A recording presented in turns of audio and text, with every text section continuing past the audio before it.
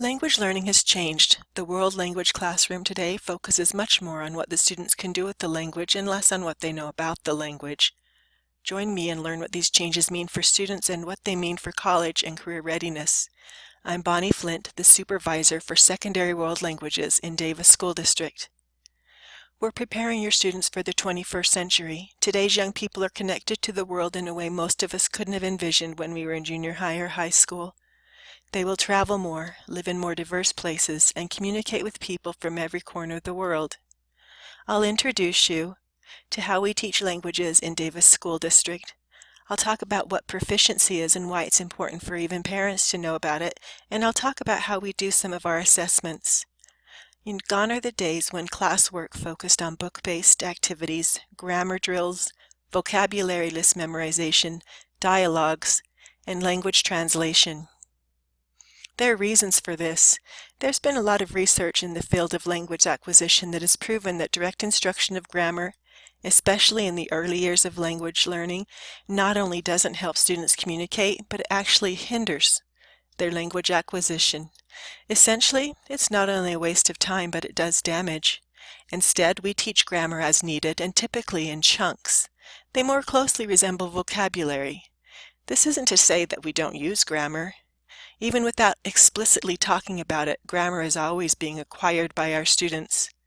Our teachers are trained in how to coach students to acquire the vocabulary they need also.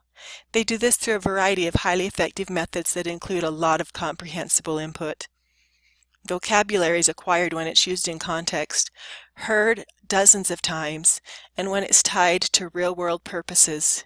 Memorizing lists of words is not a good use of student or classroom time. The truth is, and the research shows, that students need multiple and various exposures to a word before they fully understand that word and can apply it. They need also to learn words in context, not standalone lists that come and go each week. One of the best ways we can help our students learn the words in context, or implicitly, is by reading. Reading is a key to language acquisition. In the past, languages were often taught in English. The teacher would use English to teach grammar, vocabulary, and even culture. They'd only use the target language when they were modeling it to the students, sometimes isolated words even. Students in turn only use the language to speak their part of a memorized dialogue, to respond to questions, usually fill in the blank and from the textbook, and even to repeat isolated words and phrases after the teacher in an attempt to mimic them and learn translation. We now know that grammar and pronunciation cannot be taught explicitly, but just have to be acquired.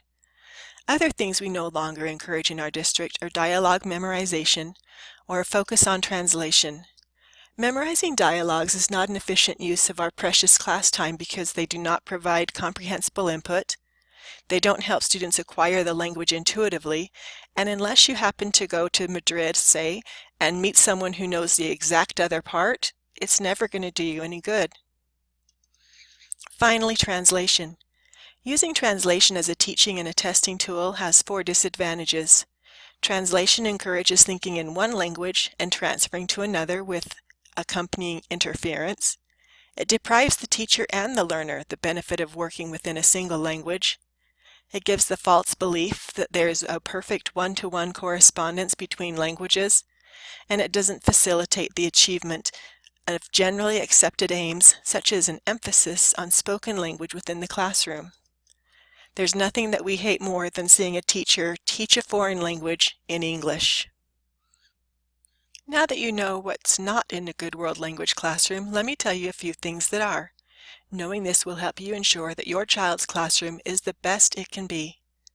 First off is target language usage. In Davis School District, we've trained all of our teachers to stay in the target language at least 90% of the time. In our higher level classes, it should be 100% of the time.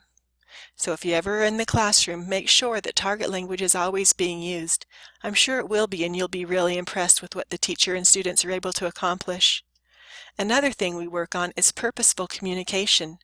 The teachers and the students communicate purposefully in the target language as listeners, speakers, readers, writers, and viewers, doing real-world or real-world-like tasks. Another thing we do is reading to learn. Reading is interwoven into every lesson every day by bringing in authentic texts for students to interact with, stories to read, and more. Free reading is really important. And in fact, if the students can be reading for fun, that makes it even better. So we encourage every teacher to have a classroom library with a wide variety of reading materials and a designated reading time each day when the students can select anything they would like and read for 5 or 10 minutes. Language correction is another thing we might do differently. When error correction is appropriate, students are given opportunities, including wait time, to self-correct. But typically, teacher correction of student errors is done through follow-up review and reteaching strategies. Culture is a natural component of language learning, and it's used in all of our activities. And we design our activities that are usually speaking and listening and reading and writing to have the culture interwoven into it. This helps students become global citizens and understand the nuances of a culture and its people, not necessarily learning about piñatas and crepes and Oktoberfest. As part of our language learning philosophy in Davis School District, we hold these tenets. There is an important distinction to be made by linguists between language acquisition and language learning. Children acquire languages through a subconscious process during which they are unaware of grammatical rules. This is similar to the way they acquire their first language. They get a feel for what is and what isn't correct. In order to acquire language, the learner needs a source of natural communication. The emphasis is on the text of the communication and not on the form, meaning the message is getting across, not necessarily on how perfect the message was. Young students who are in the process of acquiring English get plenty of on-the-job practice, and they readily acquire the language to communicate with their classmates. Language learning, on the other hand, is not communicative. It is the result of direct instruction in the rules of language, and it certainly isn't age-appropriate for our young learners, even high school students. In language learning, students have conscious knowledge of the new language and can talk about that knowledge. They can fill in the blanks on a grammar page, but research has shown that knowing grammar rules does not necessarily result in good speaking or writing. A student who has memorized the rules of the language may be able to succeed on a standardized test, but they may never be able to speak or write correctly. So for this purpose, we believe in tenet number 2. We need to provide our students with lots of comprehensible input. This means that they need to be hearing the language as much as possible and understanding it. It needs to be comprehensible. If you go into the classroom of an effective teacher, you will hear at least 90% target language usage, as you know, and even if you don't speak the language, you should be able to get the gist of what's being said just because the teacher is so well trained on how to make language comprehensible using things like gestures, facial expressions, drawing, and even repetition and restating. Our third tenet is that proficiency is attainable, mastery is not. We want our students to be proficient in the language, meaning that they can use it for everyday tasks. But mastery, having perfection in the language, isn't our goal. In fact, if we focus on mastery or perfection, it discourages the student from taking the risks that are required to learn a language. Another thing is that we believe language learning is for all students regardless of their abilities or challenges. Everyone can learn another language, and everyone can benefit from it. On our website, you might see this little diagram that I've drawn up that shows the different stages of language acquisition that our students are typically in. Well, everyone acquires language at a different rate, whether it's their first language, their second, or their fourth. These language guidelines generally hold true. In years 1 and 2, students are typically parrots. In years 3, 4, and even year 5, students are typically survivors, and if they stick with the language for 6 or more years, they will acquire the language at a high enough level to become what we call storytellers. Here's a little bit more about the parrot.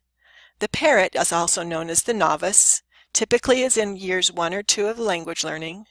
They speak in words, lists, and short memorized phrases, but they can't function on their own. If the task ever requires them to say something that they haven't yet memorized, they can't do it.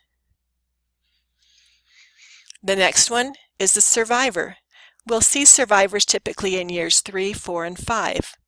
They can speak in sentences and strings of sentences, and the way sentences differ from phrases is that sentences are things that they've created. It's more than what they've memorized. They break apart their memorized phrases and create their very own sentences. If they need to say something they haven't yet memorized, they can do it. They can survive on the language that they produce. The storyteller is the advanced speaker of the language. It's in years 5, 6, or more. In fact, many native speakers are advanced in their native language. We call them the storyteller because they can actually tell stories with a beginning, a middle, and an end, and they can generally talk in all major time frames, past, present, future, for example. Proficiency benchmarks are like a roadmap. They tell us where we are, they show us where we'll be going next and what we need to do to get there, and they point us toward our final destination. It's super important to have measurable benchmarks so the students and parents know that we're meeting their needs, and so the students can see what they need to do to move on to the next level. And benchmarks provide data that tell us if our programs and our curriculum are effective and where we need to make adjustments. We often assess our students. We assess our levels 1, 2, and 3 students at the mid-year and end of year, and we assess our upper level students in the month of March. Here's the proficiency benchmarks that have been established for Davis School District. Year 1, we would like our students to all be at the novice mid-range, the parrot stage. Year 2 is novice high. They're starting to leave the parrot stage and make some of their own sentences, but they can't do it all the time. Year 3 is intermediate low. They can now create their own sentences all the time, but it's very messy. Year 4 is intermediate mid. They can create their own sentences and strings of sentences like a champ. Year 5 is intermediate mid, moving up to intermediate high. And Year 6, intermediate high to advanced low. Our curriculum components that we use are our thematic units, our linguistically rich learning experiences we've talked about, proficiency progress tracking sheets, informative and summative assessments, and district-wide common assessments that everyone does, as I've talked to you about earlier. How can parents help students acquire a language? Along with your student, understand what a communicative classroom should look like and what appropriate activities and homework include. Remember that gaining language proficiency is not a rapid process. It won't happen in 1 or 2 years. Students should start as early as possible and continue with the language learning as long as they can. Encourage students to take risks with the language. If they continue to use only memorized language, they will never progress. It's like choosing to stay on the green runs at the ski resort. You could do it forever, but it's not going to be very fun. An ability to communicate in Davis School District is our goal. Perfection in the language is not. Thank you for spending this time with me today to get to know more about our World Language Department in Davis School District and how we assess our students and what proficiency is all about. We'll be adding more videos later, but we hope this gives you a start on understanding what we do. Thank you.